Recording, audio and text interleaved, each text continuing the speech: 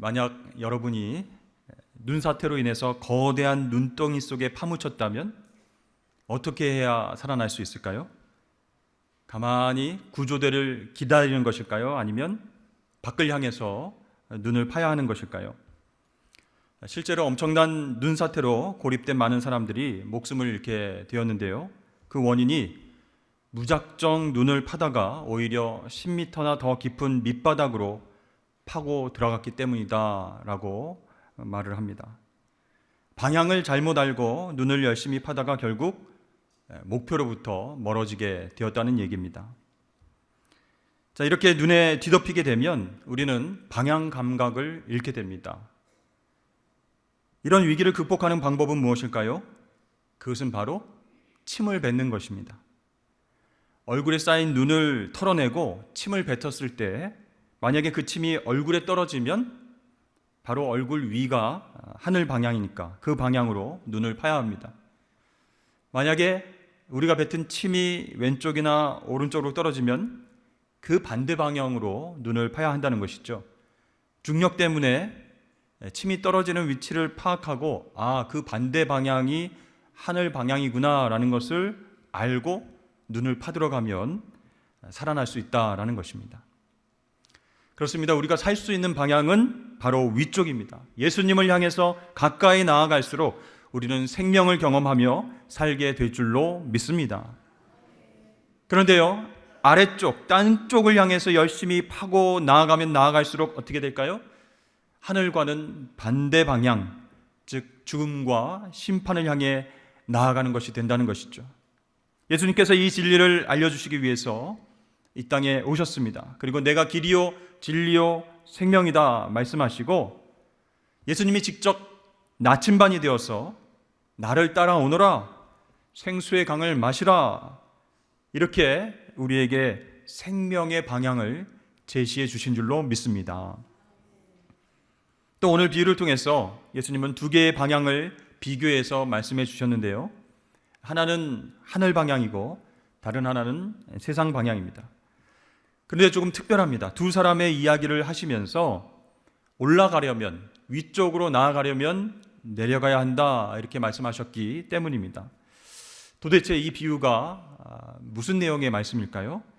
그 당시 존경받던 바리새인과 그 당시 천대와 멸시를 받았던 세리, 이 두 사람의 기도를 통해서 우리의 삶의 방향, 기도의 방향이 어떠해야 할지 함께 생각해 보기를 원합니다. 오늘 본문에 등장하는 바리새인은 많은 바리새인 중에서 가장 경건하고 하나님의 율법 말씀을 잘 지키는 사람입니다. 성전에 올라가서 정해진 시간마다 열심히 기도합니다.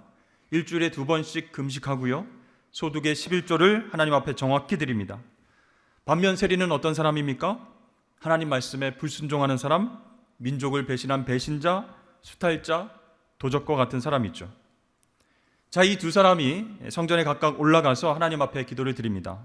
먼저 바리새인이 성전에 올라갔고 나중에 세리가 올라갔습니다. 그러나 성전을 내려갈 때는 세리가 의롭다함을 얻었고 바리새인은 정죄를 받고 내려왔습니다. 자, 당시 사람들은요, 성전 바깥뜰에서 기도할 수 있었는데 그 시간은 속죄제의 희생을 드리는 오전 9시와 오후 3시 2번이었습니다. 이렇게 하루에 2번씩 대제사장이 성소에 들어가서 향단에 분향을 하고 백성들의 죄를 위해서 희생 제사를 드릴 때 그 시간 동안 사람들은 그 희생 제사 의식을 바라보면서 하나님께 기도할 수 있었습니다. 하나님의 자비와 용서를 구하는 기도를 하게 됐던 것이죠. 자, 그때 바리새인은 자기 자신을 거룩하고 깨끗하다고 여겼기 때문에 성전에 올라온 다른 사람들과 따로 떨어져 있었습니다.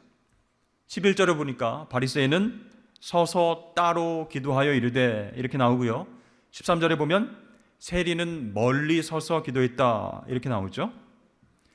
성전의 자녀들과 함께 올라간 부모라면 그 바리새인과 세리를 바라보면서 이렇게 말했을 것입니다. 먼저 바리새인을 가리키면서 얘야, 너도 커서 저분처럼 훌륭한 사람이 되어야 된다 이렇게 말했을 것이고, 세리를 가리키면서는 저런 사람이 왜 제사를 드리러 왔지?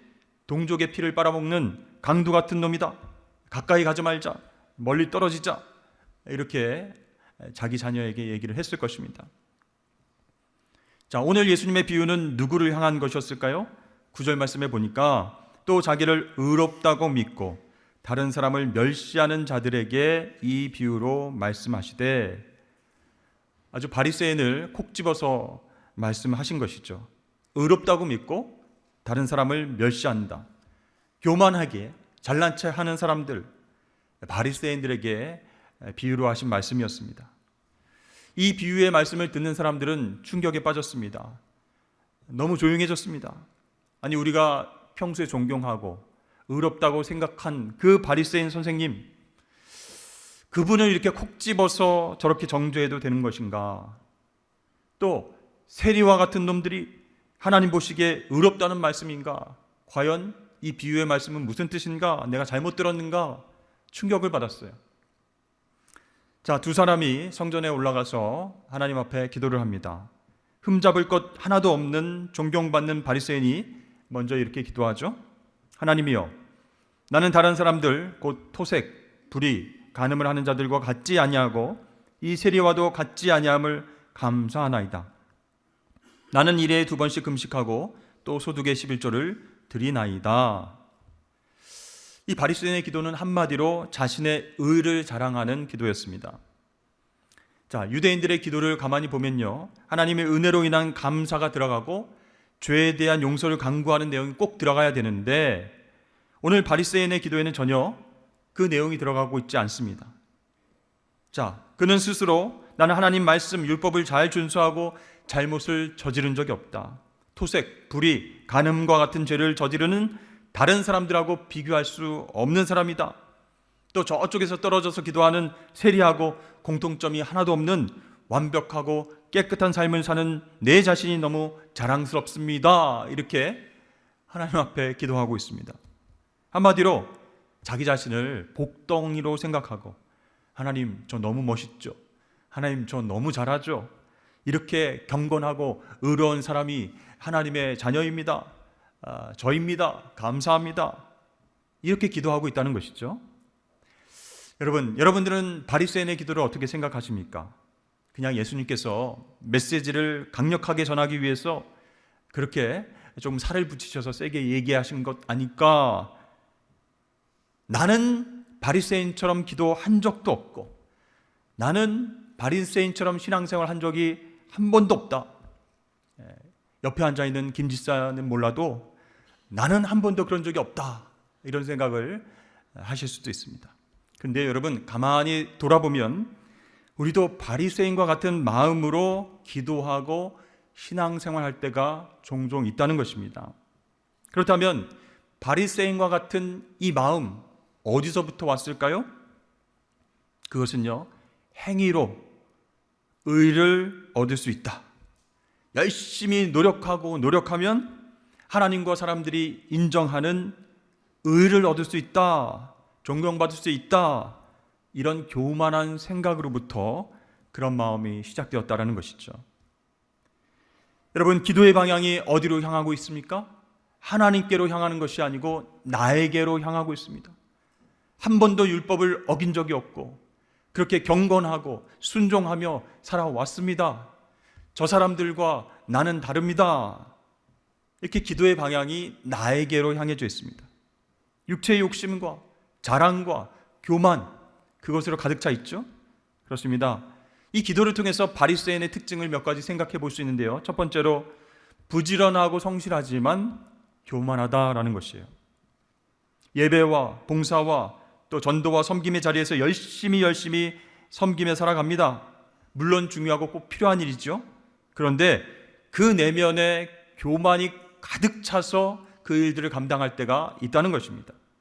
내가 정기적으로 금식했습니다. 내가 소득의 11조를 꼬박꼬박 했습니다. 봉사와 섬김의 일을 잘 했으니까 나는 하나님이 보시기에 소중하고 인정받는 사람, 의로운 사람이다. 이런 생각으로 꽉 차 있었어요. 때때로 이것을 무기 삼아서 다른 사람들을 정죄하는 데 쓰기도 합니다. 나는 이렇게 열심히 사니까 당신들에게 이렇게 말을 할 자격이 있어. 당신들은 순순히 내 말을 듣는 것이 좋을 거야. 이렇게 이야기하기도 하죠. 자, 바리새인의 두 번째 특징은 무엇일까요? 시력이 엄청 좋다라는 것입니다. 제가 재보지는 않았지만 시력이 한 3.0 정도는 되는 것 같아요. 기도할 때 눈을 뜨고 보는지 다 압니다. 어떤 사람이 교회에 나왔는지 안 나왔는지, 어떤 사람이 기도할 때 눈을 감고 열심히 하는지 폰을 보고 있는지 다 압니다. 누가 어떤 잘못을 했고 어떤 실수를 했는지, 어떤 소문의 진상이 사실인지 아닌지 다 파악하고 면면히 살핍니다. 이렇게 다른 사람의 흠을 찾아내는 그 시력이 매우 뛰어나다라는 것이에요. 여러분, 왜 이러는 것일까요? 왜 사람들의 흠집을 찾아서 그렇게 노력하고 있는 것일까요? 그것은 그 사람들과 나를 비교하면서 나는 그렇지 않다라는 것이죠. 자기를 높이기 위해서, 자기를 빛나게 하기 위해서 자주 다른 사람들과 비교를 하는 특징이 있는데요, 특별히 높은 사람, 잘하는 사람, 성공하는 사람이 아니라 자기보다 못한 사람, 연약한 사람, 실패한 사람과 자기 자신을 주로 비교합니다. 그래야 자기가 높아질 수 있으니까 자기보다 열등한 사람을 바라보면서 흠집을 찾고 나는 그렇지 않아 하면서 자신을 높인다는 것이죠. 여러분, 그런 의미에서 교만이라고 하는 것은요, 그 사람의 열등감의 다른 표현이다라고 할 수 있는 것이죠. 자, 바리새인의 또 다른 특징은 무엇일까요? 그 누구의 도움도 필요치 않다라고 생각하는 거예요. 하나님의 도움도 필요 없다, 이런 생각으로 기도의 내용을 보면 하나님께 도움을 구하는 내용이 하나도 없다라는 것이죠. 단지 자신이 금식했다, 소득의 11조를 했다, 열심히 섬겼다, 이렇게 하나님께 알리고 있습니다. 통보하고 있습니다. 여러분, 하나님께 도움을 구하지 않는다는 것은요, 내 힘으로 충분히 할 수 있다, 그런 생각입니다. 내가 알아서 문제들을 해결할 수 있는 능력이 있고, 내가 없이는 가정도 안 돌아가고 직장도 안 돌아가고 교회도 안 돌아간다라고 믿고 있는 거예요. 결국 자기 중심의 생각과 행동을 하면서 살아가게 된다라는 것이죠. 자, 이렇게 우리는 바리새인의 기도를 통해서 그들의 특징을 알게 됩니다. 그리고 이 교만이라는 것이 얼마나 무섭게 그 인생 가운데 작용하는지도 깨닫게 됩니다. 하나님 없이 내 삶과 신앙생활은 가능하고 안전하다라고 믿는 그 교만이 그 인생을 어떤 방향으로 내몰고 있습니까? 죽음과 심판의 방향으로 그렇게 내몰고 있다는 것이죠. 여러분, 우리는 어떻습니까? 바리새인과 같은 생각과 행동을 한 적이 없으십니까?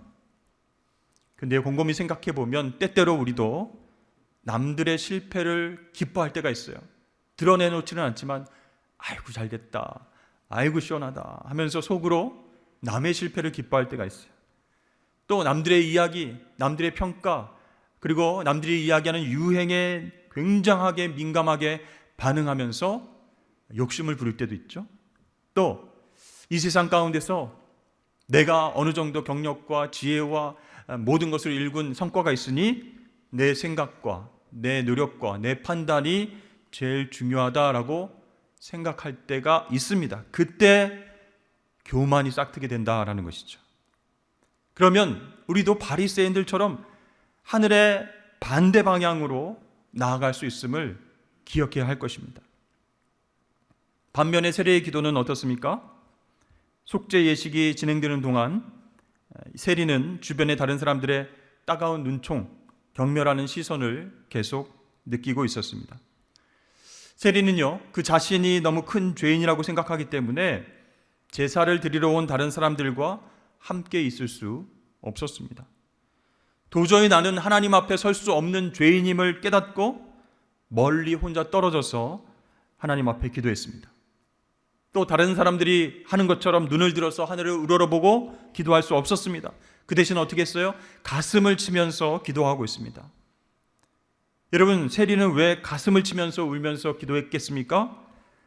모든 죄악과 더러운 것들이 자신의 마음에서부터 나왔음을 인식했기 때문이에요. 그렇게 세리는 자신의 가슴을 치며 진심으로 회개하면서 기도하고 있습니다. 말로만 나는 죄인입니다 이렇게 고백하는 것이 아니라 죄에 대한 그 아픈 마음들, 애통하는 마음을 온몸으로 표현하면서 기도하고 있었다라는 것이죠. 13절 말씀입니다. 세리는 멀리 서서 감히 눈을 들어 하늘을 쳐다보지 못하고 다만 가슴을 치며 이르되 하나님이여 불쌍히 여기소서 나는 죄인이로소이다 하였느니라. 여기서 불쌍히 여기다라고 하는 원어 헬러어를 찾아보니까 자기의 죄를 덮어달라 그런 뜻이에요. 불쌍히 여겨 주옵소서, 내 죄를 덮어 주옵소서. 하나님께서 나의 죄를 덮어서 용서해 주시고 나를 다시 받아 주십시오, 이런 간구의 기도입니다. 이 기도는요, 속죄의 희생과 관계가 있다는 것이에요. 세리가 대제사장이 백성들의 죄를 속하기 위해서 짐승 잡는 것을 바라보면서 기도합니다. 하나님, 속죄의 은혜가 나에게 임하게 하여 주시옵소서. 하나님께서 나를 대신해서 희생 짐승이 죽게 하셨으니까 자기를 불쌍히 여기셔서 하나님 속죄의 은혜를 입혀달라고, 덮어달라고 간구하고 있는 것입니다. 여러분, 이러한 세리의 기도가 하나님 앞에서 참 겸손한 기도입니다. 하나님을 진정으로 만나기 위해서 성전에 올라왔습니다. 다른 사람의 이목을 끌지도 않았습니다. 다른 사람의 시선을 신경 쓰지도 않았습니다. 그런 사람들에게서 멀리 떨어져서 기도했습니다. 자신이 누구이며 하나님이 누구신지를 진짜 아는 사람만이 드릴 수 있는 기도를 드렸다는 것이에요. 예수님은요, 산상수훈을 통해서 하나님 아버지께서 우리의 어떤 기도를 기뻐하시는지 가르쳐 주셨습니다. 마태복음 6장 5절에서 6절 말씀을 메시지 성경으로 읽어보겠습니다. 또 너희가 하나님 앞에 나아갈 때도 연극을 하지 마라. 그렇게 하는 사람들은 다 스타가 되기를 꿈꾸며 기도할 때마다 쇼를 일삼는다. 하나님께서 극장 객석에 앉아 계시다는 말이냐? 너희는 이렇게 하여라. 하나님 앞에서 연극하고 싶은 유혹이 들지 않도록 조용하고 한적한 곳을 찾아라. 할 수 있는 한 단순하고 솔직하게 그 자리에 있어라. 그러면 초점이 너에게서 하나님께로 옮겨지고 그분의 은혜가 느껴지기 시작할 것이다. 아멘.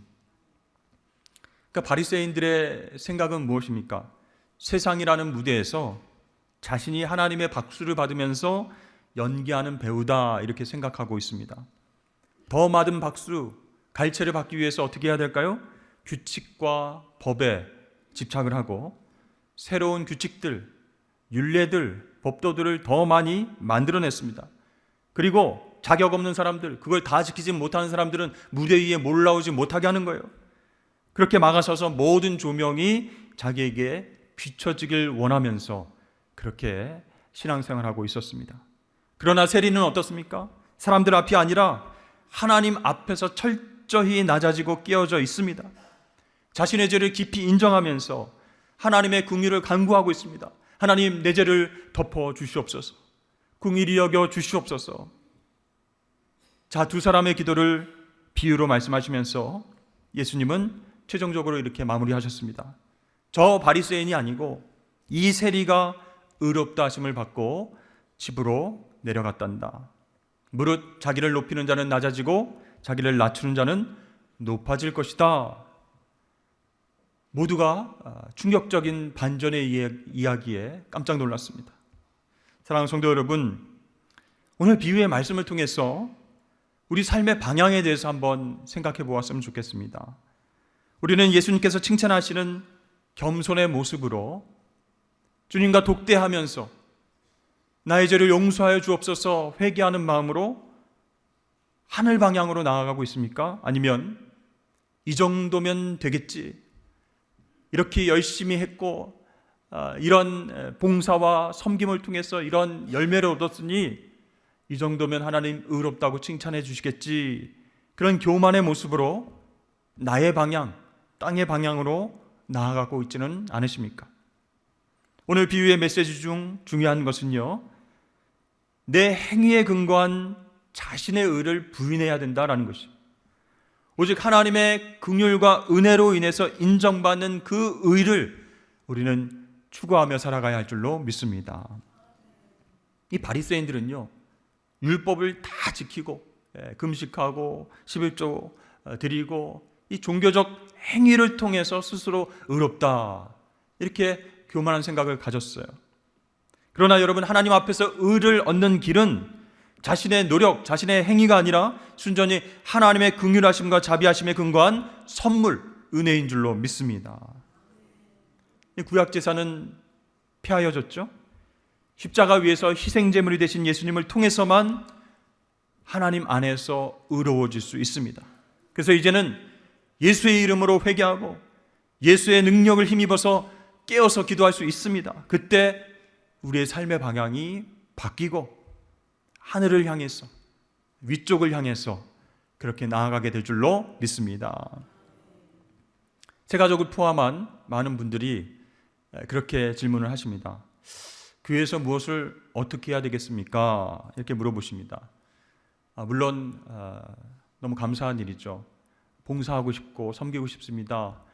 이런 뜻이니까요. 그러나 우리가 하나님을 위해서 일하고 봉사하기 전에 우리의 노력과 열매가 하나님을 기쁘시게 할 수 있다는 그 교만을 먼저 물리쳐야 된다는 것이죠. 사실 뭔가 교회 공동체나 직장에서나 세상에서나 일을 많이 하는 것, 그리고 성공하고 열매를 얻는 것, 그것은 외적으로 보이기 때문에 중요하다 이렇게 생각할 수 있어요.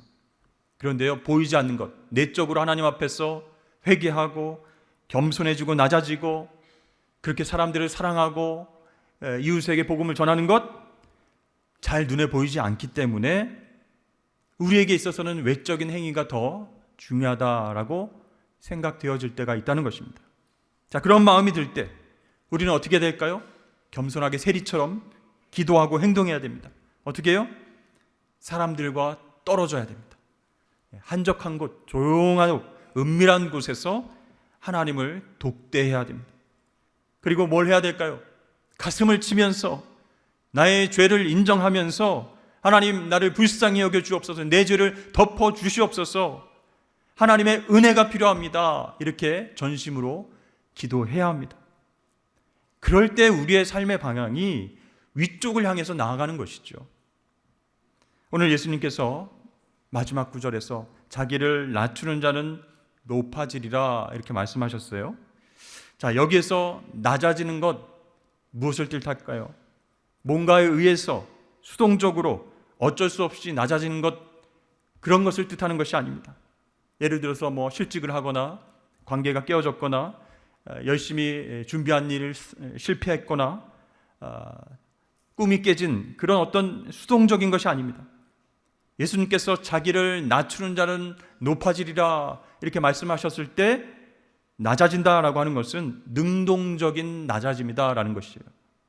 그럼 어떤 것이 능동적인 낮아짐이겠습니까? 오늘 세리의 기도처럼 스스로 자기의 죄를 고백하고 회개하는 것입니다.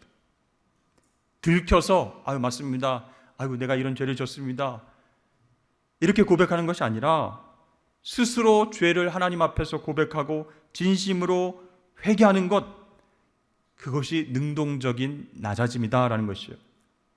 또 하나는 나보다 남들을 더 좋게 여기고 낮게 여기고 존중하며 배려하는 것입니다. 빌립보서 말씀을 보니까 오직 겸손한 마음으로 각각 자기보다 남을 낮게 여기라 이렇게 명령하고 있죠. 그러니까 세상과는 완전히 반대 방향 아니겠습니까?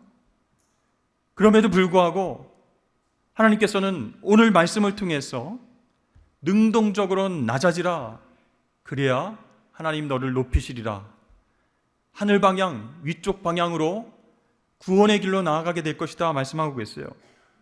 그러므로 사랑하는 성도 여러분, 우리 가정 가운데서 우리 부부끼리 내 말만 하지 말고 남편의 말도 잘 들어주시고 아내의 말도 잘 들어주시길 바랍니다. 귀를 기울여서 경청해 주십시오. 또 자녀들이 어렸을 때는 안 그랬는데 이제 컸다고 엄마 아빠한테 조언을 하는 거예요. 엄마, 아빠, 이런 건 이렇게 해야 돼요. 이렇게 조언을 하고 이야기를 할 때 네가 뭘 한다고 그래? 네가 뭐야? 전문가야? 이렇게 하지 마시고 많이 컸네, 성숙했네 하면서 경청하는 것입니다. 나보다 남을 낮게 여기는 것, 그것은 대상을 가릴 필요가 없다라는 것이죠. 버스나 지하철을 탔을 때 빈자리가 하나 보입니다. 그때 갑자기 가방을 던져가지고 자리를 맡아놓고 내 자리입니다. 이렇게 주장하지 마시길 바랍니다. 주차장 빈자리가 하나 딱 남았습니다. 전화해가지고 빨리 내려와서 그 빈자리에 누워 있어라. 그러면은 다른 사람들이 왜 그럽니까? 하면 우리 자리인데요. 이렇게 하지 말라는 거예요. 누군가 여러분들에게 좀 도움이 필요합니다. 도와주십시오. 이렇게 얘기하면 시간이 없습니다. 바쁩니다. 잘 모르겠습니다. 이렇게 하지 말고 최선을 다해서 나보다 남을 낮게 여기고 그렇게 배려하고 도움을 줄 수 있어야 된다는 것입니다. 자, 이렇게 의지적이고 능동적으로 자신을 낮출 때 어떻게 해요? 하나님은 우리를 높여주실 줄로 믿습니다. 사랑하는 성도 여러분, 오늘 바리새인과 세리의 기도, 두 사람의 기도 비유를 통해서 나는 어떤 방향으로 기도하고 살아가고 있는가 선택하실 수 있기를 바랍니다. 내가 기뻐하는 방향, 교만과 자기의로 가득 차서 나만 만족하고 그렇게 기도하고 살아가는 방향이 아니라 주님께서 기뻐하시는 방향, 스스로 회개하고 죄를 용서해달라고 울며 기도하고 겸손과 긍휼로 남들을 도와줄 수 있는 그런 하늘 방향으로 나아가실 수 있기를 주의 이름으로 축복합니다. 그때 하나님께서 우리를 높여주실 뿐만 아니라 우리를 통해서 하나님의 귀한 사명들을 감당할 수 있는 새 힘과 능력을 주실 줄로 믿습니다.